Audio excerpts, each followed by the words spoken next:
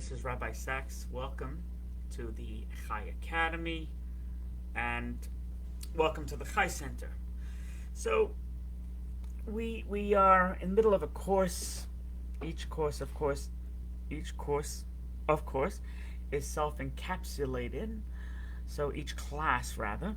So therefore, it is, if you're just tuning in now for the first time, you will have a complete class and you do not have to be concerned about what took place in previous classes. So this particular run is called Famous Jewish Personalities. And sometimes they have a deeper meaning. Sometimes it's just fascinating. I mean, just this is our stock. This is from whom we hail, and some incredible personalities. Now, truth be told, today's discussion is going to be about Prime Minister Levy Eshkol. I think he was the third Prime Minister of Israel, and now we've all heard of Ben Gurion. We've all heard of Menachem Begin. We've all heard of Yitzhak Rabin, who was assassinated, the only prime minister to be assassinated. Of course, Bibi Netanyahu, etc. We've heard of these, Golda Meir. This particular prime minister, Levi Eshko, it's almost like he lives in obscurity. It's people don't, there's not much. You don't see it that much. I mean, at least for me. And he was a fascinating person. Now, for the record, he's not my favorite prime minister, and he's definitely not my least favorite. My least favorite, for the record, would be David Ben Gurion, who to me made some very difficult and poor decisions. However, I think the difficult decisions and the difficulty in establishing Israel at that time was difficult enough. So if I were in his shoes, would I have done any different? But regardless, the decisions he made based on 2020 vision, I did not like. My favorite prime minister was Menachem Begin, who also went through these same difficult times, but rose, in my opinion, to the occasion. Ashgal did some great stuff, but he wasn't credited enough for it. So Levi Eshko, his full name is Levi Yitzchak Eshkol. Levi Yitzchak happens to be a very Hasidic name. Levi Yitzchak is the name of the Rebbe's father, and that's because he was born in Ukraine, and his mother came from a very Hasidic background. His father came from a very non-Hasidic background. And he was brought up extremely religious. Levi Eshko went to Cheder. He studied Torah. He studied Talmud. He also was privately tutored to study, math and I guess how to read and write, Russia, Ukrainian, whatever it was. And while he was in Ukraine, he got very involved in Zionism. Right? It was an aspiration of many living in the old country, and he too. So while he was there, he was a teenager. He got very involved in Zionism. He joined this Zionist place and that Zionist place, etc. At 19 years old, he moved to what was Ottoman, Turkish-controlled Palestine. Hi, Victor. And he immediately began working in the irrigation field. In other words, irrigation was, and Israel's famous for this, is that they were able to turn these wastelands, these dry lands, these arid acres and acres and hectares of property into flourishing farms, etc., because of the irrigation, how they managed to get water, Now, his parents were both farmers. They were both in that industry. So the fact that he turned to irrigation is probably due to something that he witnessed. But this is really, once again, what made Israel famous. When the immigration started to come into Israel, Remember, it was either swampland where many people were dying from malaria, or it was arid and so dry nothing could grow. So they took these deserts and they made it, the pioneers, they made it into flourishing areas. Now, then, and only then, was there a claim on the land once it was flourishing. So take the Gaza Strip. The Gaza Strip was a complete wasteland. Complete wasteland. Take the Sinai Desert. It was called the Sinai Desert for a reason, because it was desert. They built it up, and they built it up, and they built it up, and then Begin gave back the Sinai Desert. He gave back, and it was, there was Dizahav was the name of an area that was beautiful and built up, and they gave it back. But but they gave it back once they had done the hard work. But regardless, that's where, let's focus back on Eshkol. Eshkol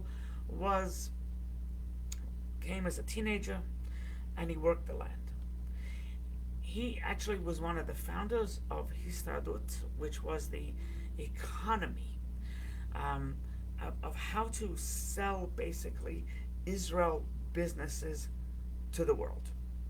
He was also one of the founding members of Haganah. Haganah was the precursor to the IDF. Right? So there was different military factions.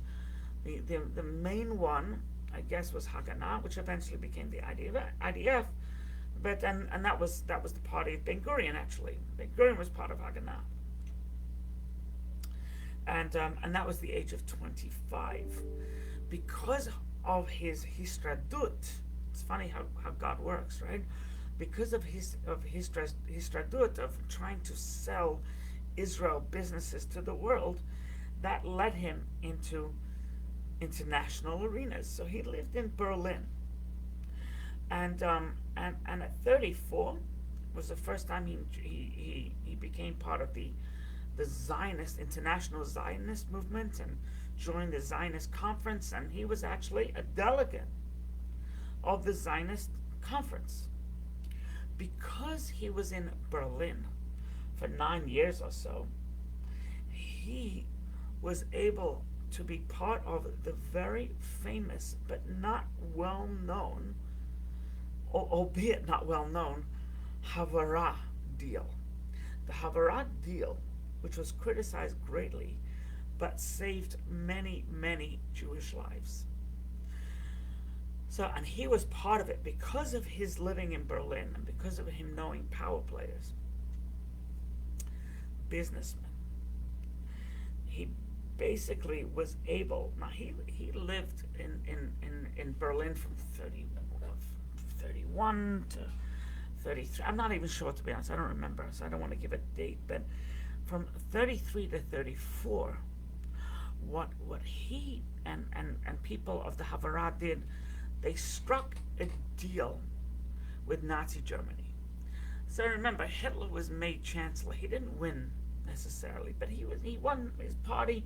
His party was a strong party, the Nazi party, but they didn't win majority. So, but made him chancellor. Now, once they made him chancellor, Hitler came out with the anti-Semitic rules. This is before Kristallnacht, boycotting Jewish businesses and antagonizing Jewish people and Jewish professions and Jewish professionals, etc. And the writing was on the wall. The writing was absolutely on the wall. So what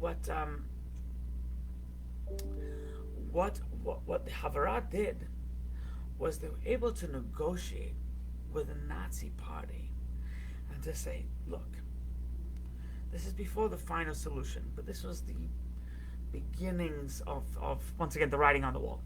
So what the Havarah deal was, that Jews who lived in Germany were able to liquidate their assets in Germany, buy products that were made in Germany, thereby supporting Germany, and their products together with their bodies, would get out of Germany and go to Ottoman-controlled or British-controlled Palestine.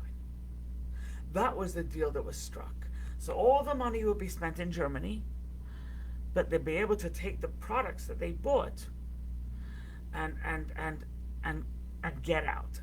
That was the deal that was struck. That was criticized because you're giving Germany money, etc. And at that time in the United States, there was a big boycott against Germany because Germany was so anti-Semitic. But that helped German Jews get out, right? And that's what he was a part of. And once again, just like Ben Gurion, I criticized, even though I wasn't in his shoes, but I criticized for some of the things that he made that really shouldn't have been made, how he fought. If not for Ben Gurion, this is not about Ben Gurion, but it is somewhat. If not for Menachem Begin, there would have been a civil war. Ben Gurion was all ready to go to war. Menachem Begin kept his head cool. This Eshkol, so you can say he made some bad decisions with Habarah, but his heart was in the right place, and his purpose was to save Jews. When he finally got back to Israel, after being outside of Israel for 9 years, I think, he became the director of Near, a company. That was once again something that he started with, which was the water. How to make sure Israel has enough water. And he brought it to a successful company. From the years 40 to 49, which basically was the middle of World War II and beyond, he actually was in the Haganah again, but this time not just as a simple soldier, but he was in high command.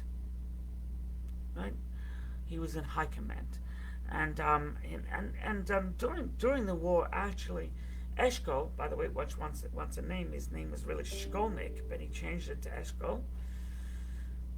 He at first said, yes, we should join the British. We should join the British and to wipe out Hitler. And then, because there were so many Jews who were anti-British, because of the British mandate to stop immigration of Jews having to get out of war-torn countries and Nazi-controlled countries, Europe and Western Europe, etc.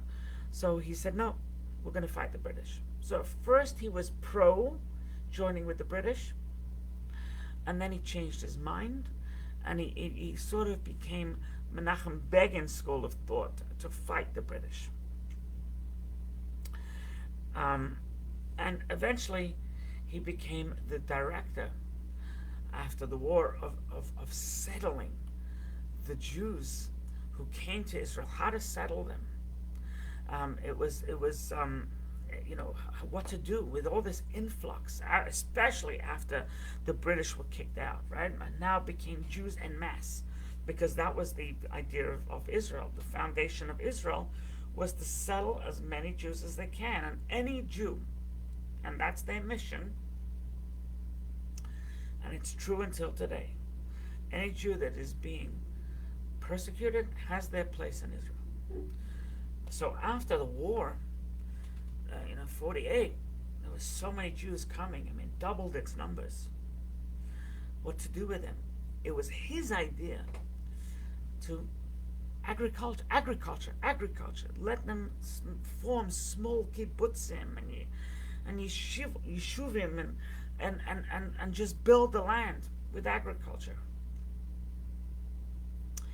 He was elected to the Knesset in 1951, and he became actually the Minister of Agriculture. From there, that led, and he was very successful at settling Jews. From there, that led to the Minister of Finance. Now, he was successful in founding the Bank of Israel, which led to investors being able to invest in Israel formally, with a bank. He was also the one that coordinated reparations with West Germany. So East Germany kind of skated, but West Germany had to pay.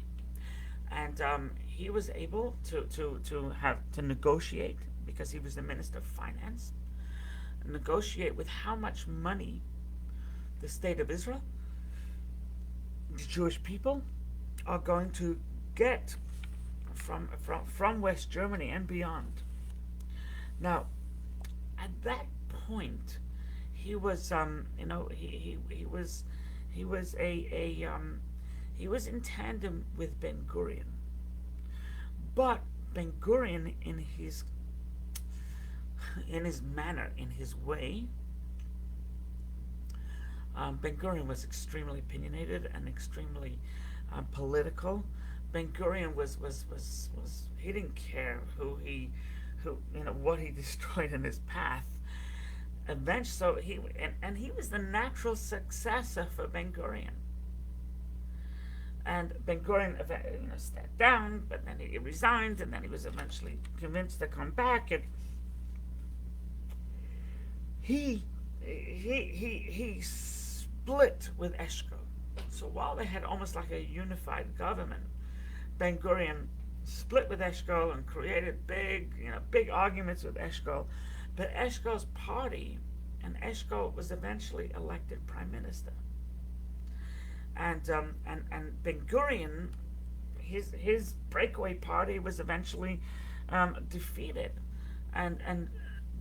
So while they were at one time they were unified, it's no different now, by the way. In Israel today, right, Bibi's party was eventually defeated, and a new party arose, and a new coalition, etc. It's very similar there. So Ben Gurion essentially fought with whomever he came in contact with, and eventually his own man, Ashgal, he fought with, and eventually Levy Eshkol became the third prime minister of Israel. When he was prime minister, immediately he brought Zev Jabotinsky, the ultimate Zionist, the one who fought and wrote and lectured about Israel, and his goal in life was to be buried in Israel, him and his wife. He brought him and his wife from Europe, and brought him to Mount Herzl.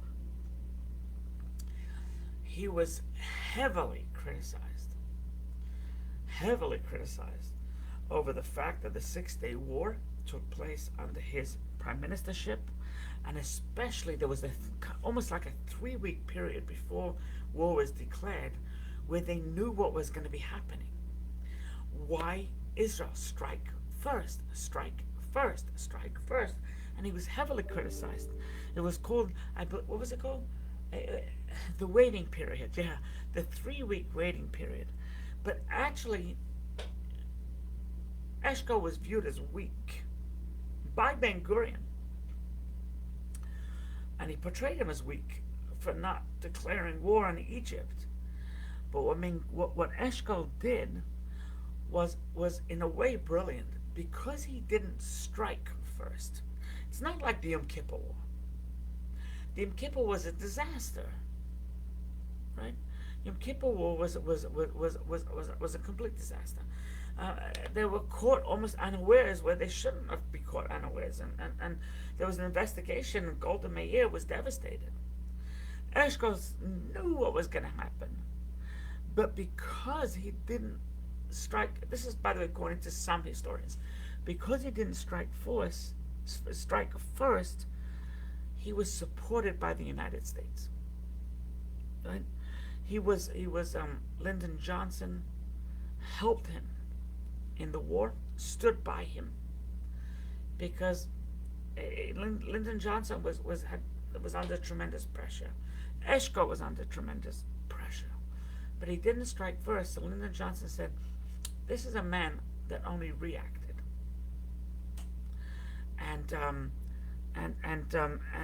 so he had the support of the United States.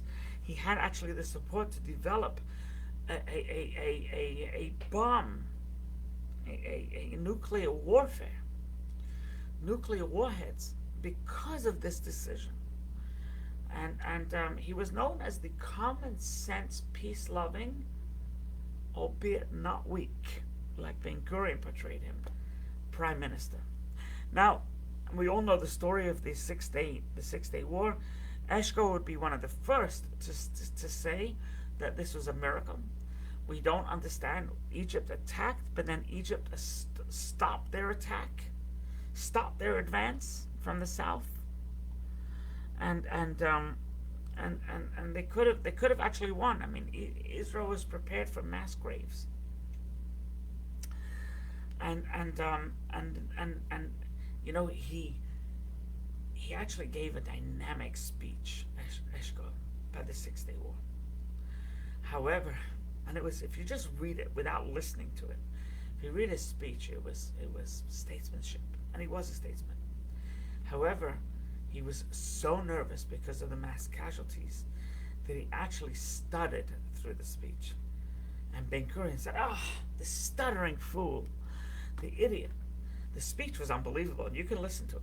You can read a transcript, you can listen to it. The speech was unbelievable. And you could tell his heart was in it, that he was he was cared so much about every life, just like Golda Meir took him over, cared so much about every single life. But he was nervous about the casualties. And he almost like asked apology and forgiveness in advance. Speech was dynamic.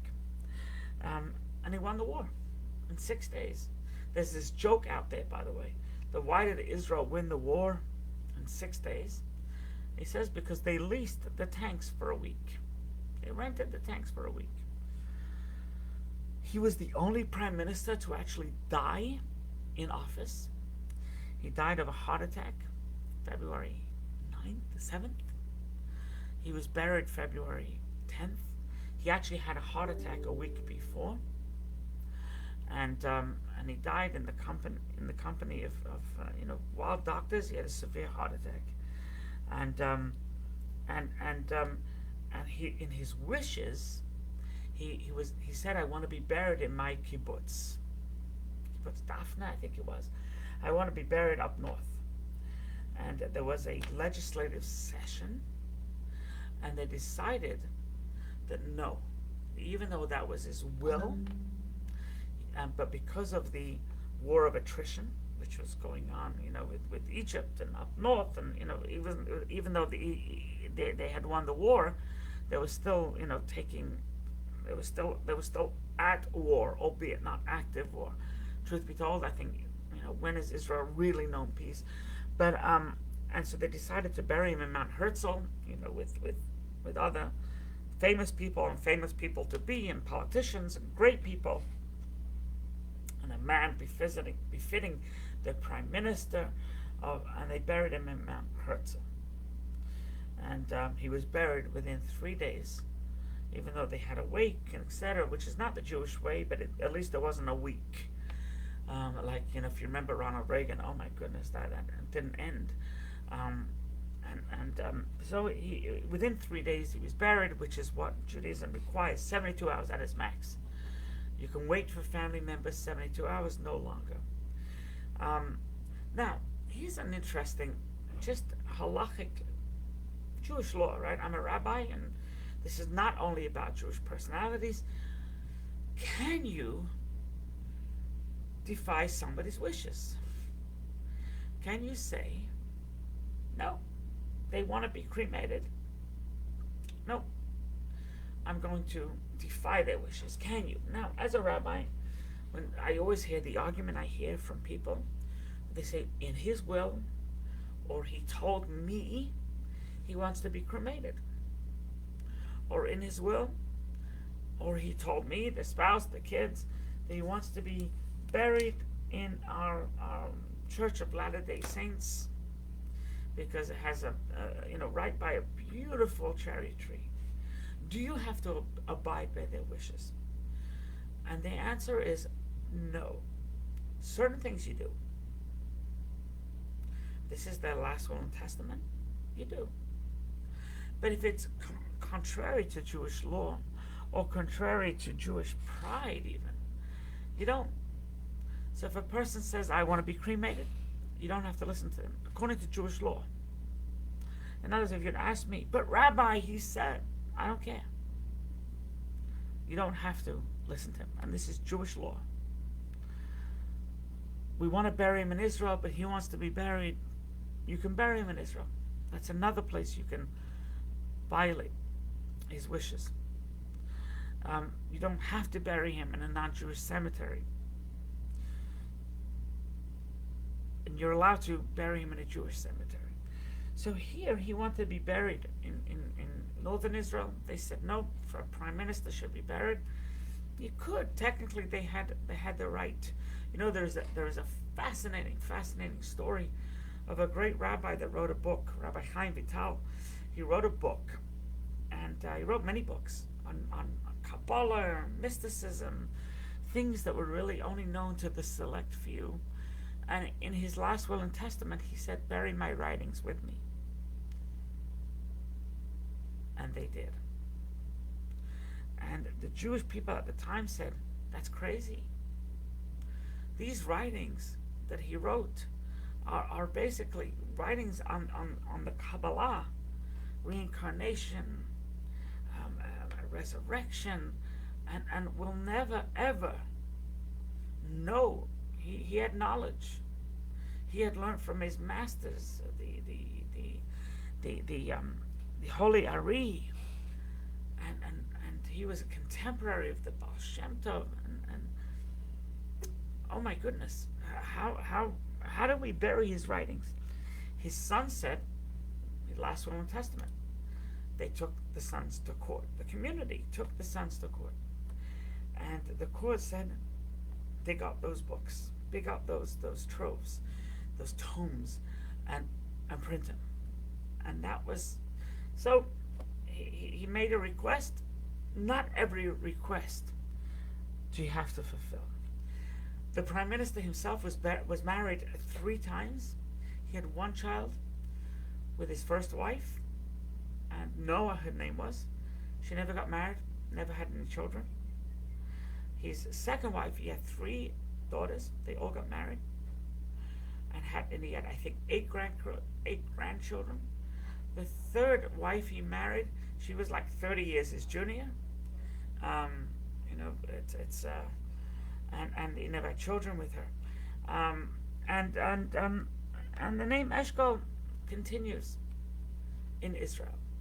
He accomplished much in his life, and we tip our yarmulkes off to Levy Eshko, a prime minister who basically, for the most part, lives in the shadow of Ben Gurion and Golda Meir and others.